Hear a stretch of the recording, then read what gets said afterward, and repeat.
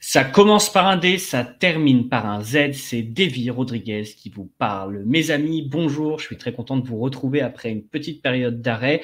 Et pour cause, mes amis, vous le voyez, j'ai changé d'endroit et vous voyez que le setup est pas extraordinaire. Alors, je vous accueille dans ma cuisine et dans l'appartement qui m'a vu grandir, donc chez moi, là où j'ai appris à connaître un peu le monde, à le découvrir par des yeux un peu écarquillés, un peu émerveillés. Et je pense que en fait, ce setup n'est pas une coïncidence parce qu'il va permettre d'avoir une discussion un peu plus calme, un peu plus personnelle, un peu plus entre nous. Hein, finalement, on est quoi? Quelques dizaines de milliers à regarder ça? Bon, on n'est pas nombreux. Donc, on va parler un petit peu entre nous d'un sujet qui me touche et je pense que le setup finalement est optimal. Juste avant de commencer, mes amis, si vous le voulez bien, vous êtes à peu près 90%, ça a encore augmenté par rapport à la dernière fois, à avoir regardé la dernière vidéo et à n'être pas abonné, mes amis. Donc, allez ici en dessous dans abonnement. Et en fait, ça va commencer à être très important que j'ai un nombre d'abonnés assez important. Pourquoi? Parce que je vais commencer à inviter des gens pour venir nous parler de sujets internationaux, des sujets algériens, des sujets français, de tout type.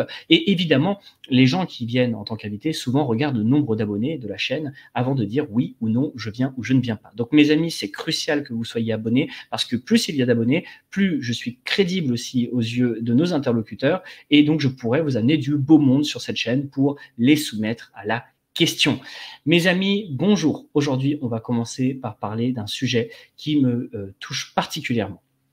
Et je voulais vous parler de ce sujet-là parce que j'entends bien souvent des gens dire ah la France, les conquêtes sauvages, la France, c'est la faute de la France si le Niger va mal, c'est la faute de la France si l'Algérie se fait attaquer dans les médias français, c'est la faute de la France. Mes amis, je voulais vous dire un truc. Ils détestent la France. Et quand je dis ils, je parle des élites qui gouvernent le pays. Donc, mes amis, lorsque vous voyez que la France se comporte mal, pensez d'abord en termes d'élite française. Ne pensez pas en termes de France dans un absolu, puisque finalement, la France est représentée et elle est gouvernée par des gens qui la détestent, mes amis. Et aujourd'hui, vous voyez, j'ai pris aucune note. Je décide de vous parler vraiment avec le cœur et de me détacher de quelques notes que j'aurais pu prendre. Parce que c'est un sujet qui, a priori, ne nécessite pas beaucoup de réfléchir pour se rendre compte que oui, ils détestent le pays dans lequel ils sont nés. Alors quand je dis ils, je parle évidemment des élites sociales, économiques, politiques essentiellement, qui gouvernent le pays et ils détestent la France. Ils détestent la France et je pense que je peux vous le démontrer par énormément de choses. On va commencer par un premier sujet, mes amis, c'est de savoir exactement d'où viennent ces gens. Alors, d'où viennent les personnes qui dirigent le pays actuellement? Alors, la France est dirigée par des élites qui sont formées dans quoi? Qui sont formés principalement dans ce qu'on appelle les grandes écoles. Moi, les grandes écoles, je les connais relativement bien puisque j'ai eu la chance de faire Sciences Po Paris. La chance à double titre parce que premièrement, lorsque vous avez le tampon Sciences Po Paris, ça vous ouvre énormément de portes. Et à deuxième titre, dans un second temps, je peux vous dire que j'ai eu une grande chance parce que j'ai pu découvrir ce qu'étaient les élites françaises. Moi, personnellement, je viens des quartiers populaires d'autour de Paris. Donc, j'ai grandi toute ma vie dans ce qu'on appelle le milieu ZEP, hein, zone d'éducation prioritaire, que ce soit en primaire, au collège, au lycée. Et grâce à une convention d'éducation prioritaire, j'ai pu accéder à Sciences Po Paris et j'ai pu découvrir de mes yeux à quel point, oui, ils détestent la France. Alors, premièrement, ils sont formés dans les grandes écoles, et on y reviendra. Ils sont également formés dans les écoles de commerce. Les écoles de commerce, on en connaît quelques-unes, hein, HEC, l'ESSEC. Nous avons eu un ministre de l'Éducation, M. Blanquer, qui était quand même le patron de l'ESSEC pendant un certain temps. Donc, oui, ils viennent également de ce qu'on appelle les écoles de commerce, et bien souvent des écoles prépa. Donc, mes amis, je vais commencer par vous parler de Sciences Po. Sciences Po Paris, vous voyez, c'est l'école dans laquelle nous avons eu l'actuel président de la République, Emmanuel Macron, qui a fait effectivement Sciences Po Paris. Et pourquoi je vous dis qu'il déteste la France? En vérité, c'est inscrit dans le programme même de Sciences Po Paris. Commençons par le commencement. Lorsque je suis arrivé à Sciences Po, je me suis rendu compte d'une certaine chose, c'est du programme. Alors le programme, il est déjà très particulier. Je vous prends un exemple tout bête. Le programme d'histoire. Le programme d'histoire à Sciences Po Paris, lorsque j'y suis arrivé, c'est encore le cas aujourd'hui, c'est un programme qui faisait 1789, donc en termes de date, ça commençait lors de la Révolution française, et ça se terminait en 1914, parfois on poussait un peu plus jusqu'à 1940. Mais bon, en tout cas, de 1789 au XXe siècle. Et déjà, une première question devrait nous turlupiner. Pourquoi 1789? Est-ce que la France est née en 1789? Évidemment, non. Et il n'y a pas d'enseignement à Sciences Po, ni sur l'histoire du Moyen-Âge, ni sur les humanismes, ni sur même avant l'Empire romain, les Grecs, tout ce qui a pu faire la France, en vérité, n'est pas enseigné à Sciences Po. Vous savez, vous avez cette grande phrase qui dit que est européen tout ce qui a été romanisé, christianisé et évidemment hellénisé, c'est-à-dire qui a subi la philosophie grecque. Donc, c'est ces trois critères qui permettent de définir ce qu'est l'Europe. Et donc, la France, évidemment, a été hellénisée, romanisée et christianisée. Bien, vous voyez, ces trois choses-là ne sont pas enseignées à Sciences Po. La philosophie et les humanités sont largement laissées de côté. Pourtant, franchement, si vous avez un élément qui constitue l'identité française, c'est quand même ces grands auteurs. Hein, on peut parler des auteurs antiques, mais on peut aussi parler des auteurs modernes. Hein. Bon, c'est assez étonnant qu'à Sciences Po, on n'étudie pas les grands auteurs Flaubert, Zola, Balzac, Hugo. Non, les humanités sont totalement laissées de côté. Alors, on a des trucs comme les humanités scientifiques, un truc un peu bizarre, mais on n'a absolument pas d'humanité enseignée à Sciences Po. Ça, c'est la première chose. Deuxième chose, vous n'avez pas non plus d'enseignement sur toute l'histoire romaine. L'histoire romaine n'existe pas à Sciences Po, hein, elle n'est même pas présente dans les programmes obligatoires, peut-être dans quelques cours électifs, et encore, je ne les ai jamais vus. Troisième chose, et là c'est assez intéressant, il n'y a pas d'enseignement sur ce qu'a été le legs du christianisme en France. Et pourtant, la France, c'est quand même la fille aînée de l'Église. Alors ça ne nous étonne pas tant que ça lorsque l'on sait que oui, la République a lutté contre le christianisme, et en est même venue à bout en vérité, hein, puisque le catholicisme en France est dans un état zombie, hein, comme dirait Emmanuel Todd. Et donc aujourd'hui, oui, Sciences Po n'enseigne pas ce qu'a fait la France, ni le côté grec, ni le côté romain, ni même la doctrine chrétienne, parce qu'on peut être ou pas chrétien, on peut être catholique, musulman ou juif, tout en reconnaissant que culturellement, tu es influencé par la culture chrétienne. Ça, c'est absolument pas un problème. Vous voyez d'ailleurs qu'il y a des grands thèmes chrétiens qui ont été en vérité laïcisés et qui sont rentrés dans le dogme français. Je veux dire, même liberté, égalité, fraternité, hein, tout cela découle d'un idéal chrétien qui a été ensuite laïcisé. Même la laïcité d'ailleurs est issue du christianisme. Hein. Lorsque Jésus dit « je rends à Dieu ce qui est à Dieu et à César ce qui est à César », il établit une distinction profonde entre ce qui est du ressort du temporel et ce qui est du ressort du structurel. Et tout cela n'est pas enseigné à Sciences Po Paris. Et pourtant, Sciences Po Paris forme un certain nombre de ministres, Gabriel Attal, un certain nombre de présidents, Emmanuel Macron. Alors pas Nicolas Sarkozy, parce que je crois qu'il a raté ses cours d'anglais et que ses notes d'anglais étaient trop mauvaises pour pouvoir rentrer à Sciences Po. Mais enfin, vous en avez un certain nombre. Je crois que François Hollande également est issu de Sciences Po. Enfin bref. Donc, vous avez déjà un enseignement qui est limité à la période 1789, 20e siècle. Or, on ne va pas se mentir, la France, elle ne s'est pas faite en 1789. C'est comme si vous me disiez, par exemple, que, et ça j'entends beaucoup de gens dire ces âneries, l'Algérie commençait en 1962. Non, c'est faux. L'Algérie a commencé avec les Numides, les Vandales, avec une histoire qui est pluriséculaire, qui est même avant l'époque islamique, renforcée par la période islamique, par des mouvements de population divers et variés, des mouvements arabes, des liens avec l'Empire ottoman. Donc tout ça fait l'Algérie et elle naît bien avant 1962. C'est comme si vous me disiez que la Turquie était faite à partir de Atatürk et qu'avant Atatürk, il n'y avait pas de Turquie. C'est-à-dire que vous allez abandonner, par exemple, le legs d'un homme comme Mehmed II, hein, cet homme qui a conquis Constantinople. Et non, tout ça ne fait pas partie de la culture turque, évidemment. C'est comme si vous me disiez que l'Iran était né en 1979. Alors qu'il y a même une période pré-islamique qui est très intéressante en Perse et qui, en vérité, constitue aussi un des socles de l'identité iranienne. Donc, vous voyez qu'il y a ici un objectif de déracinement du français moyen qui rentre à Sciences Po. Il y a un objectif de déracinement par rapport aux enseignements qui sont dispensés à Sciences Po et donc qui vise à ne pas faire connaître l'histoire de France, à ne pas faire connaître les humanités françaises à Sciences Po Paris. Vous avez déjà cette première chose-là qui démontre que sociologiquement, les gens qui accèdent aux responsabilités, en vérité, ne détestent la France parce qu'ils ne la connaissent pas. Ils ne la connaissent pas et c'est fait clairement dans un objectif de déracinement du peuple français. Alors, on est dans une époque où, en vérité, les dirigeants que nous avons aujourd'hui sont eux-mêmes des déracinés. C'est-à-dire qu'ils continuent à perpétuer ce qu'ont fait leurs prédécesseurs. C'est-à-dire que le centre-gauche et le centre-droit qui ont détruit, et notamment le centre-gauche, hein, qui a détruit la culture française, eh bien aujourd'hui, ils ont aussi amené à des dirigeants qui eux-mêmes sont des déracinés et ne connaissent pas l'histoire de France. Ça, c'est une première chose. Deuxième chose, mes amis, vous avez donc des gens qui sont formés en école de commerce. Alors, vous voyez, d'un côté, vous allez avoir le centre-gauche bourgeois, hein, le bourgeois bobo, hein, qui va être donc celui qui sort de Sciences Po. Puis ensuite, vous avez la bourgeoisie qui, elle, sort des écoles de commerce. La bourgeoisie a très largement abandonné sa vocation culturelle. Vous savez, la culture, c'était une notion bourgeoise, c'était même le centre de sa distinction sociale. Pour marquer la différence avec le peuple, elle utilisait sa culture. Hein, vous avez sans doute lu, comme moi, les grandes pages de Bourdieu sur la culture savante, sur la culture bourgeoise. Donc, c'était un outil, en vérité, de domination sur le peuple. Mais la bourgeoisie a abandonné petit à petit, si ce n'est la bourgeoisie de gauche, qui continue à entretenir une certaine manière de voir la culture, hein, l'art contemporain, ce genre d'âneries, hein, qui, en vérité, ne sont pas de la culture. C'est juste une manière d'étaler sa différenciation sociale vis-à-vis du peuple.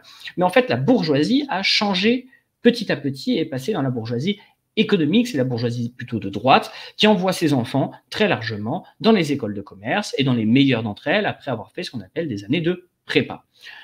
L'ESSEC, HEC, ce genre d'école. Alors, l'ESSEC, je la connais à titre personnel puisque j'ai eu l'occasion de faire 3 années de tutorat à l'ESSEC dans un groupe qui s'appelait Une grande école, pourquoi pas moi? C'est-à-dire qu'ils allaient chercher les meilleurs élèves de chaque lycée de banlieue un peu mauvais, hein, on va le dire, hein, des mauvais lycées de banlieue, notamment de ZEP, et ils essayaient de nous inculquer une certaine vision de la culture. Et franchement, c'était pas une mauvaise initiative. Au seul problème près, mes amis, que lorsque j'ai découvert mes tuteurs à l'ESSEC, alors même s'il y en avait quelques-uns qui étaient des gens exceptionnels, vous aviez une très large partie de ces gens-là qui étaient en fait là pour faire la fête.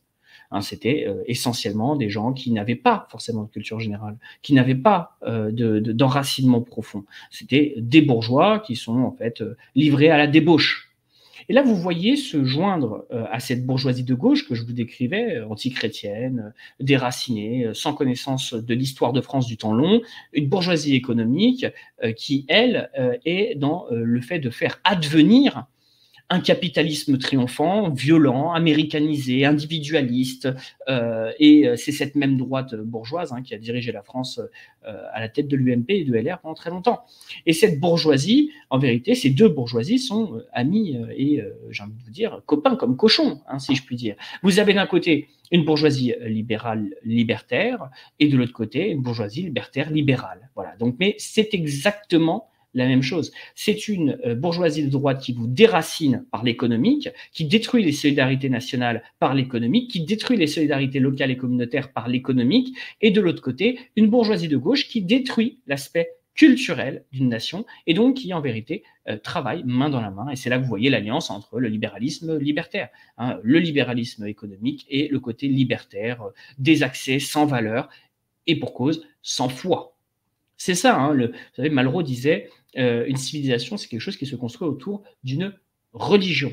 Mais la religion disparaît parce que d'un côté, vous avez la religion du fric et de l'autre côté, la religion de la haine de la foi, qui en fait, ceux qui qui vont dévoyer largement la laïcité pour l'utiliser comme arme contre les chrétiens, contre les musulmans, contre, en vérité, tout ce qui porte une certaine vision de l'universel et de la transcendance.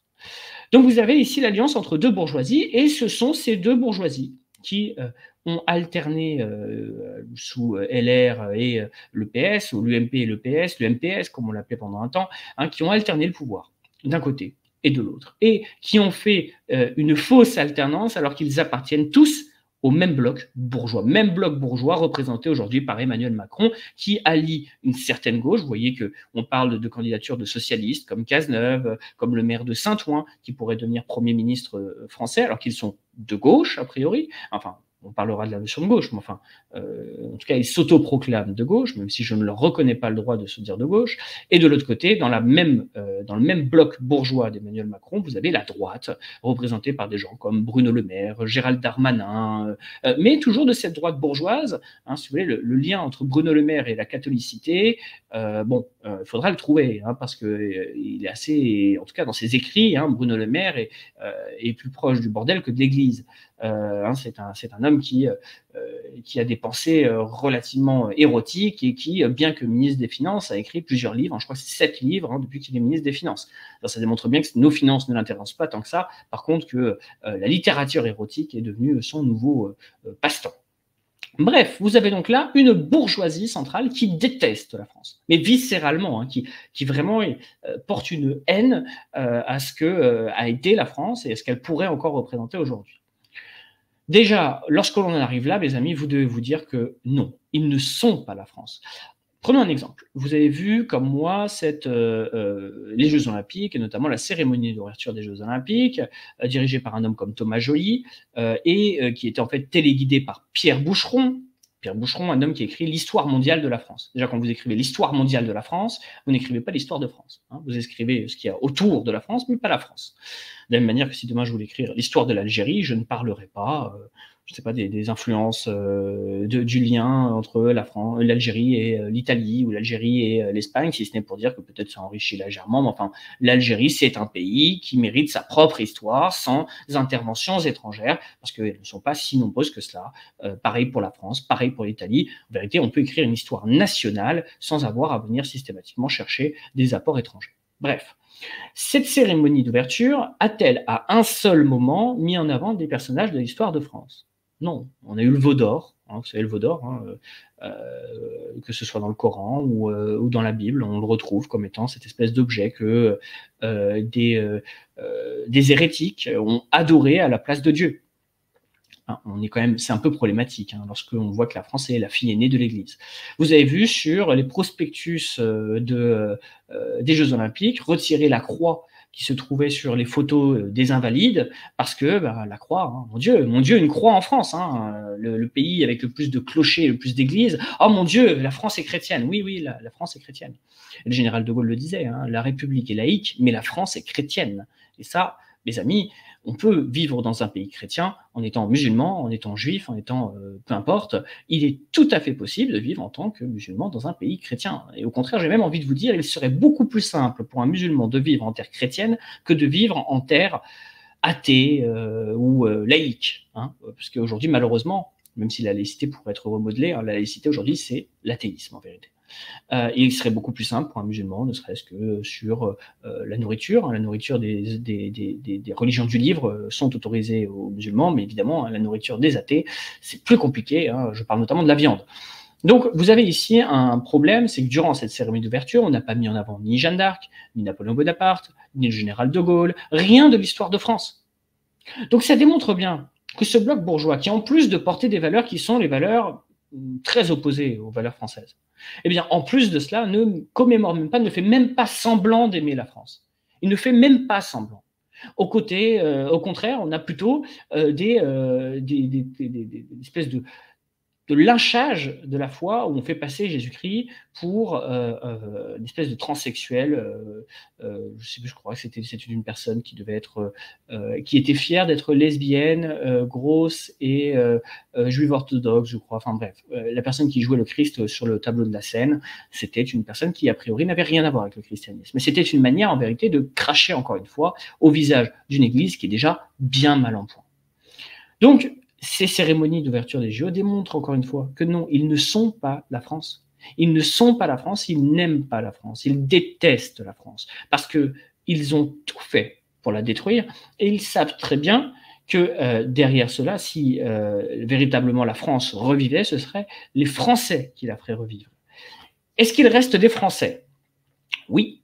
Oui, il reste des Français, il reste des gens qui font vivre la culture française, qui font vivre la pensée française, il est vrai, mais même si nos dirigeants sont de nationalité française, vous savez, il ne suffit pas d'avoir un papier qui dit « je suis français » pour représenter la France. En vérité, ils représentent les adeptes d'un gouvernement mondial, ça c'est la vérité. Ils sont bien plus souvent les défenseurs d'une Union européenne que les défenseurs d'une souveraineté nationale française. Donc en vérité, ils sont aux ordres d'une oligarchie mondialiste, ils sont aux ordres de l'OTAN, ils sont aux ordres de l'Union européenne, ils sont aux ordres de l'OMS. Hein, lorsque vous avez une je ne sais quelle épidémie qui surgit, évidemment, ils se mettent tout de suite à appliquer les mêmes mesures que l'OMS propose. Donc, ils ne sont pas en train de diriger la France. Et c'est cela qu'il faut que vous compreniez, mes amis. Lorsque la France se comporte mal avec le Niger, pensez-vous vraiment que c'est la France qui parle? Oui, ce sont des soldats français qui sont sur le territoire du Niger. Et peut-être que là-bas, vous avez de vrais patriotes dans les militaires qui vont au Niger. Mais les hommes qui dirigent l'armée sont-ils vraiment des Français? Lorsqu'on voit des généraux qui passent à travailler avec le Boston Consulting Group et qui sont en vérité en train de travailler avec un groupe américain, alors que on sait très bien que derrière les États-Unis, il y a l'OTAN. Est-ce qu'ils sont en train de défendre l'intérêt français? Non, ils sont en train de défendre les intérêts d'une oligarchie mondialiste.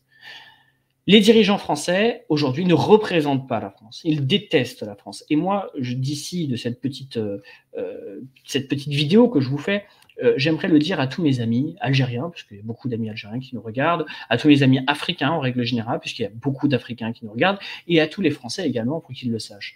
Mais ne croyez pas que lorsque la France fait quelque chose, le gouvernement français fait quelque chose, certes, mais le peuple français, et surtout l'esprit de la France, qui a tendance à revivre. Nous avons vécu des périodes beaucoup plus noires, beaucoup plus sinistres. On a vu quasiment disparaître le royaume de France sous Jeanne d'Arc. On a vu la France occupée lors de la Seconde Guerre mondiale. On a vu la France occupée aussi en 1815, lorsque Napoléon a été battu. Nous avons été dans des situations très compliquées. Mais la France, systématiquement, a une tendance à renaître. Mais ne jetez pas le bébé avec l'eau du bain. La France ne vous agresse pas. C'est le gouvernement français qui vous adresse. Parce que votre ennemi en tant que peuple du Niger, votre ennemi en tant que peuple algérien, votre ennemi en tant que peuple de ce qu'on appelait la France-Afrique, eh bien, c'est le même que l'ennemi des Français. Parce que ne croyez pas qu'ils aiment les Français. Ce gouvernement-là, quand vous voyez Emmanuel Macron dire qu'ils viennent me chercher en parlant des gilets jaunes, lorsque vous voyez des gilets jaunes éborgnés, perdre leurs mains, leurs pieds à cause de grenades de désencerclement. Lorsque vous voyez des gens qui sont de plus en plus pauvres, obligés d'aller au Resto du Cœur, au Secours populaire, à toutes ces associations qui vont leur donner à manger. Lorsque vous voyez des Français perdre leur retraite, ou avec des retraites qui sont catastrophiques, avec des niveaux qui ne leur permettent même pas de payer leur loyer, est-ce que vous pensez que ça, c'est une manière d'aimer son peuple? Non. Ils n'aiment pas le peuple français. Lorsqu'ils laissent des délinquants dans la rue, et que ces mêmes délinquants assassinent des Français de toute origine, parce que souvent on dit « Ah oui, mais regardez, c'est des étrangers ». Oui, enfin, les victimes aussi, souvent. Donc, lorsque vous voyez que vous avez une justice qui laisse libre des gens extrêmement dangereux, ça, c'est pas une preuve d'amour pour les Français.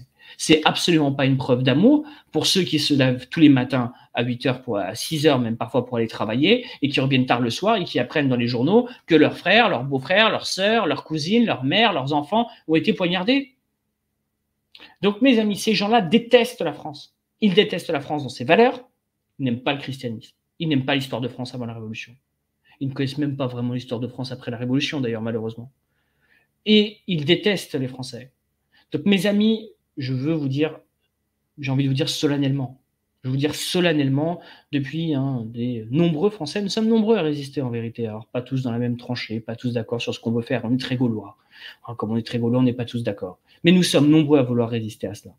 Et nous, en tant que Français, on veut vous dire, lorsque la France, par son gouvernement, fait quelque chose, ne jugez pas le peuple français. Parce que le peuple français a beaucoup d'autres choses à proposer et est beaucoup plus rationnel, beaucoup plus humaniste, beaucoup plus, j'ai envie de vous dire, civilisé que les élites qui gouvernent ce pays, mes amis.